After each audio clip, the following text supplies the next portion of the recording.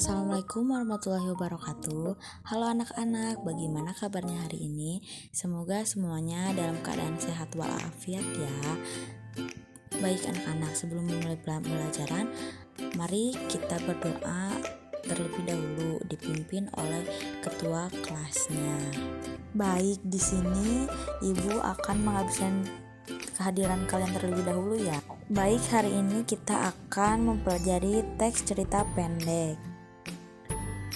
Baik, di sini Ibu akan membacakan kompetensi dasar, yaitu 3.5, mengidentifikasi unsur pembangun karya sastra dalam cerita pendek yang dibaca atau didengar.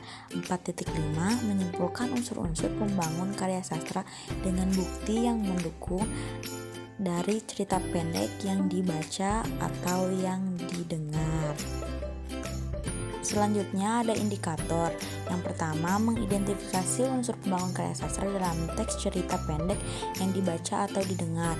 Yang kedua, menganalisis unsur-unsur pembangun karya sastra dengan bukti yang mendukung dari teks cerita pendek.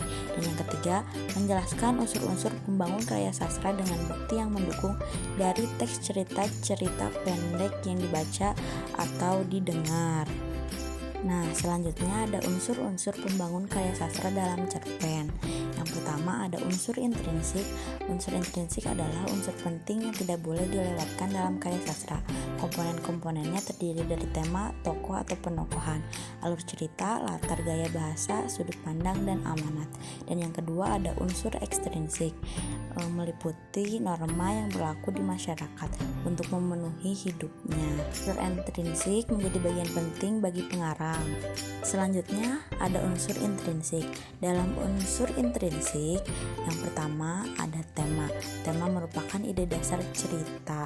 Biasanya tema jarang dituliskan secara tersurat oleh pengarangnya. Yang kedua ada tokoh dan penokohan. Tokoh merupakan yang berperan dalam cerita. Dan yang ketiga ada alur atau plot. Alur adalah jalan pola pengembangan atau rangkaian peristiwa yang terjadi dalam cerita. Yang keempat ada latar. Latar atau setting dalam cerpen meliputi tempat, waktu, dan peristiwa. Latar digunakan untuk memperkuat keyakinan pembaca terhadap jalannya suatu cerita. Yang kelima ada gaya bahasa.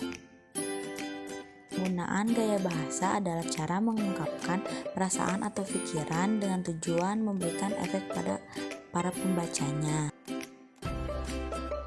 Yang keenam ada sudut pandang. Sudut pandang adalah ciri khas atau strategi yang digunakan oleh pengarang dalam menyampaikan cerita. Dan yang ketujuh ada amanat.